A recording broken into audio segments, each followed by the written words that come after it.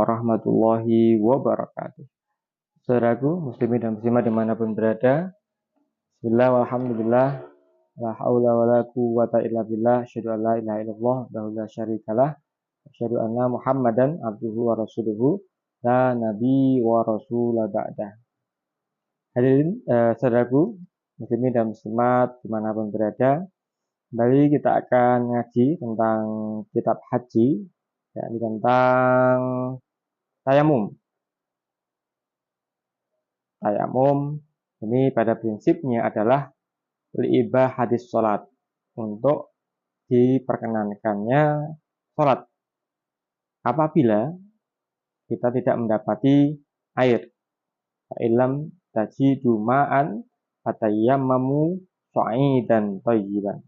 Riwayat hadis dari Ammar. Bismillahirrahmanirrahim. Qala Ammar, fadaraban Nabi sallallahu alaihi wasallam biyadihi al-ardo famasaha wajhah wa kaffaihi. Diriwayatkan dari Ammar radhiyallahu an berkata, Nabi sallallahu alaihi wasallam memukul telapak tangannya ke tanah lalu mengusapkan pada muka dan kedua telapak tangan beliau.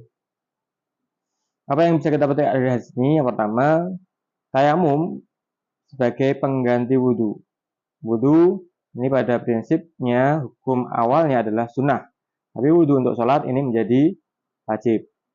Apa-apa yang menjadi syarat untuk sesuatu yang wajib, maka hukumnya menjadi wajib, termasuk wudhu ini. Wudhu adalah sebagai pengganti, tayamum adalah sebagai pengganti wudhu untuk bersuci dalam kondisi terpaksa, seperti tidak ada air. Pertama, kedua, karena sakit, luka yang apabila terkena air ini bisa menyebabkan semakin parah, dan penyakit lain yang menyebabkan seorang apabila terkena air atau air yang terlalu dingin sehingga bisa menjadi maldorot dan atau semacamnya. Yang kedua, tanah sebagai media yang digunakan untuk bertayamum haruslah tanah yang suci dan kering. Tanah yang suci dan kering. Yang ketiga, anggota tubuh tayamum hanyalah wajah dan kedua telapak tangan.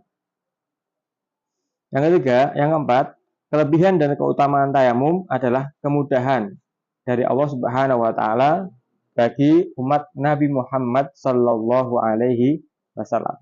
Inilah keistimewaan bagi umat akhir zaman, umat Nabi Muhammad sallallahu alaihi wasallam, bolehnya bersuci dengan tanah atau debu.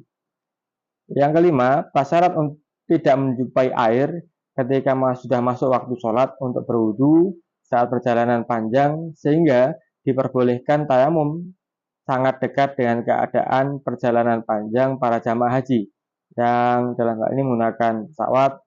Namun perlu kita pahami bahwa dinding dalam pesawat ini zero wash atau tidak akan dibiarkan debu menempel sedikit pun.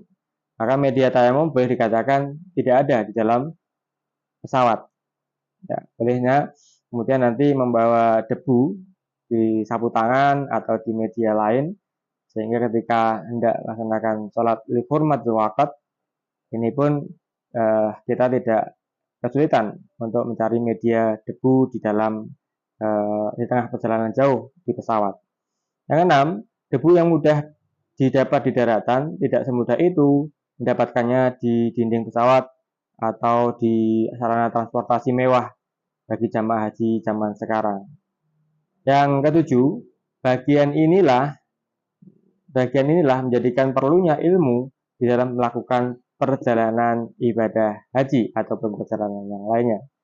Yang delapan, menjamak di antara dua waktu sholat adalah pilihan pertama saat dalam perjalanan sebagaimana Nabi Muhammad SAW melakukannya. Yakni ketika sudah masuk waktu sholat duhur, beliau hendak melaksanakan perjalanan, maka beliau menjamak duhur dan asar. Atau sebelum masuk waktu duhur, maka beliau menjamak takhir duhur dan asar di waktu asyar. Pilihan kedua adalah dengan tetap sholat dengan dalam keadaan berhadas untuk menghormati waktu, yakni sholat li hurmatil waqt.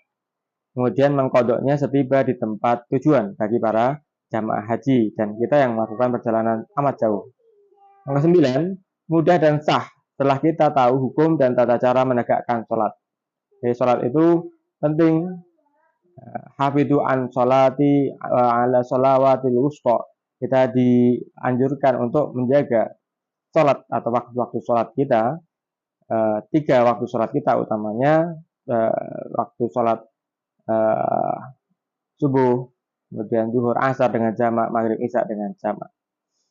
Semoga Allah Subhanahu wa taala senantiasa memberikan hidayah dan inayahnya pada kita sekalian, anak keturunan kita sekalian, keluarga kita sekalian, muslimin semuanya, untuk dapat memahami keistimewaan umat Nabi Muhammad, umat akhir zaman, dengan bolehnya bertayamum sebagai sarana diibadati sholat, untuk diperbolehkannya sholat.